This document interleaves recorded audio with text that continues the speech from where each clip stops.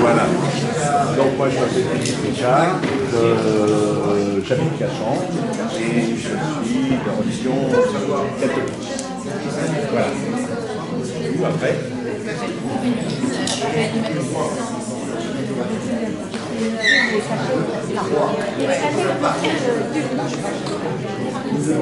Le vivre ensemble, c'est quelque chose.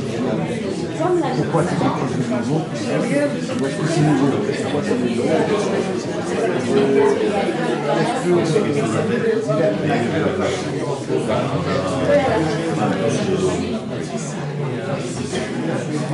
Je pense que cette situation peut se voir difficile, tendue, et dans la peur de l'autre, il y a des choses qu'elles sont.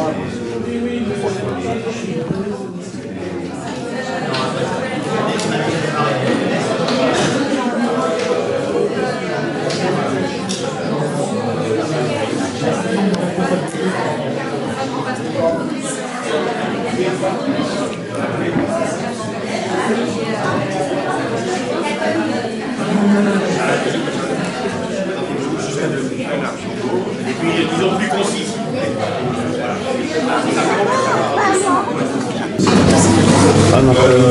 Pour discuter, en fait, vous avez échangé.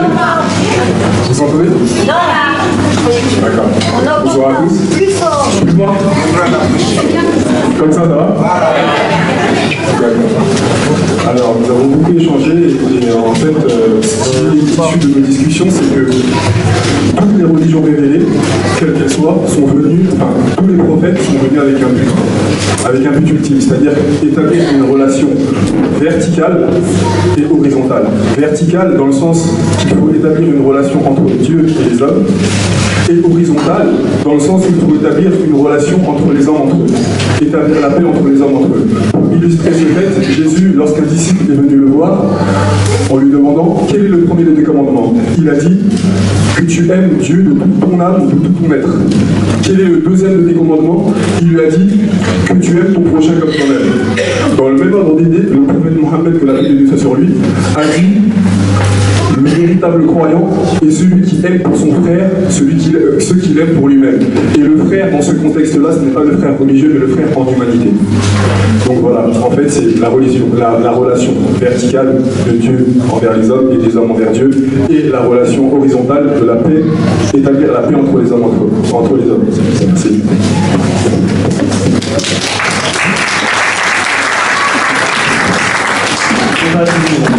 Donc, une petite conclusion, on voit cette journée, c'est la première pièce de l'édifice, et que quand on sortira, chacun ait un comportement exemplaire dans sa religion, pour justement amener d'autres personnes à être ouvertes et à respecter. Alors, on a dit que c'était une bonne initiative, et aussi qu'il fallait organiser plusieurs rencontres annuelles. Ensuite, et on souhaiterait que, enfin, on a posé une question par rapport à l'impact que pourrait avoir la rencontre sur les comités de quartier. Voilà. Communication en respect. Une question qu'on a posée à Mme Cazel qui était présente au groupe. Voilà. Quel impact pourrait avoir cette rencontre sur les comités de quartier? Donc la conclusion c'était, enfin c'est pas la conclusion, mais déjà on a commencé par dire qu'on ne peut pas être passif sinon on vit à côté, il faut être actif en luttant contre les préjugés, contre la peur de la différence, car les plus proches sont souvent ceux qui nous ressemblent. La connaissance de l'autre est un enrichissement personnel et pour la société. La question religieuse est porteuse de messages de paix et malgré ça, les conflits sont souvent au nom de la religion. Tout être humain porte un chemin spirituel. Et la conclusion qui n'est pas très concrète, mais c'est pas mon début, vivre ensemble n'est pas un acquis, mais il faut le construire. Donc des membres de notre groupe ont d'abord exprimé leur satisfaction de cette initiative. Moi, je suis très contente. Et puis, ce qui est ressorti à plusieurs reprises, l'aspect essentiel de l'éducation, donc l'éducation au sens large et l'éducation religieuse, l'instruction, enfin, l'information sur les religions, pour ceux qui ne sont pas croyants. Et donc, en fait, on est aussi pas mal revenu sur la nécessité de se rencontrer, donc bien sûr comme aujourd'hui, et d'aller un peu plus loin, par exemple en essayant de faire des visites mutuelles des lieux de culte, et aussi en invitant les classes de caté à aller par exemple à la mosquée et inversement, et que ça soit l'occasion pour que bien à ce moment-là les autres religions soient présentées aussi aux enfants. Et puis c'est vrai que les participants de notre groupe ont exprimé aussi leur lassitude de se sentir un peu mis en accusation chaque fois qu'il y a quelque chose qui ne va pas. Et qu'il y a un autre membre qui a réagi en disant finalement ce qu'il faudrait faire, c'est prendre l'habitude de dire du bien des autres religions. D'ailleurs, bénir, ça veut dire du bien, je crois. Et donc, on était assez d'accord pour dire que finalement, par exemple, nous les chrétiens, on est très impressionnés par la foi des musulmans. Les protestants, eh bien, eux, ils montrent beaucoup de tolérance. Bon, c'est peut-être des généralités, mais bon. Et puis les cathos, bien, on les trouve pas mal dans les associations caritatives. Voilà, c'est la charité pour eux, c'est aussi important. Donc voilà, avoir cet état d'esprit, cette tournure d'esprit.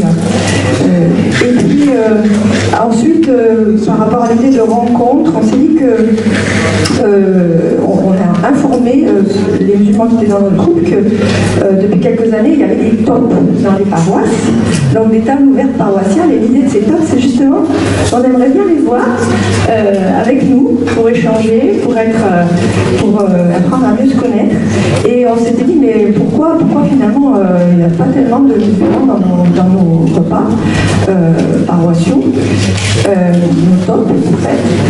Eh bien, c'est parce que peut-être qu'on les invite pas comme il faudrait, et qu'on ne va pas suffisamment vers eux. Donc la prochaine fois, bien, on ira leur remettre une invitation en bonne et due forme. On s'était dit ça. Voilà. Et puis, voilà, donc, deux questions quand même. Bon, la suite, bien sûr, à cette rencontre d'aujourd'hui. Et puis, une question à propos de la représentation des orthodoxes. Bon, il faudra peut-être essayer d'aller un peu... Donc, on commençait en fait à discuter autour du fait d'apprendre à se connaître, comment on pouvait tenter de trouver des solutions pour apprendre à se connaître. On a eu un témoignage d'une mère de famille qui avait justement son fils de confession catholique qui était marié avec justement un musulman et une athée. Donc essayer de voir dans ce genre de famille comment faire justement pour se comprendre, aussi bien au niveau du couple qu'au niveau de la famille qui est autour.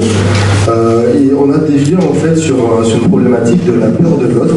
Donc est-ce qu'on vivait dans un climat peut-être d'insécurité, peut-être de violence. Une mère témoignait du fait que c'est pas cool qu'elle soit contre les autres enfants de sa cité, mais que c'est vrai que bon, elle ne laisse pas forcément sa fille traîner entre guillemets en bas parce que bon, il y a ce climat en fait de peur, s'entraîner en fait un problème au final à se mélanger. Donc c'est vrai que ce climat en fait de méfiance qui s'installait, on se demandait mais en fait d'où ça pouvait provenir.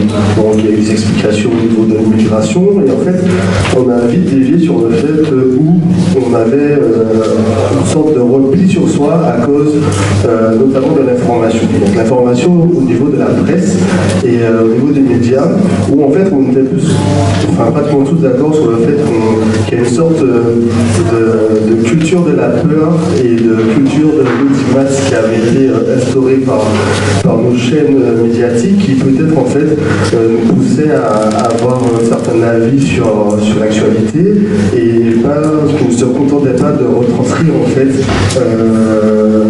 l'information telle qu'on devrait, enfin on va dire basique. Donc est-ce qu'on ne vivait pas une sorte de formatage en fait par rapport à cette information qui était faussée et qui entraînait en fait un premier regard qui était du coup faussé par rapport à ce formatage-là qui avait été, qu'on se sent victime en tout cas.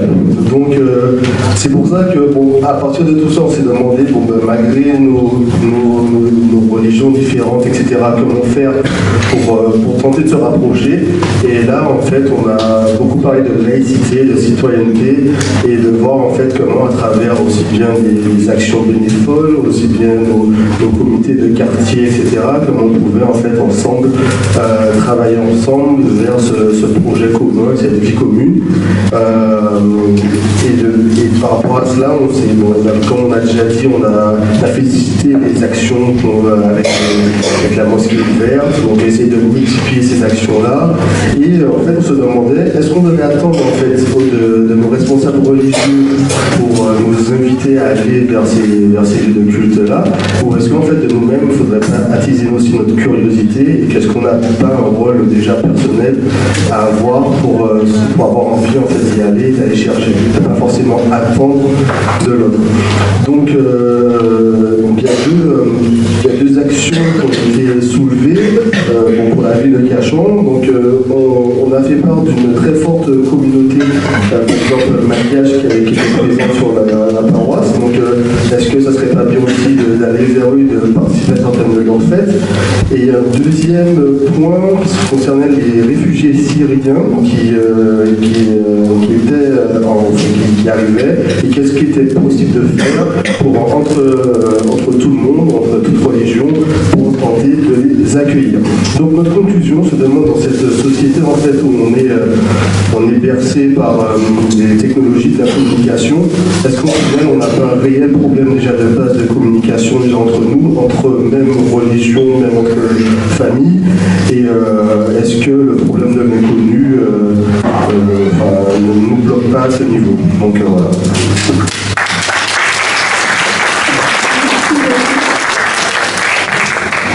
L'autre groupe, le groupe de Philippe.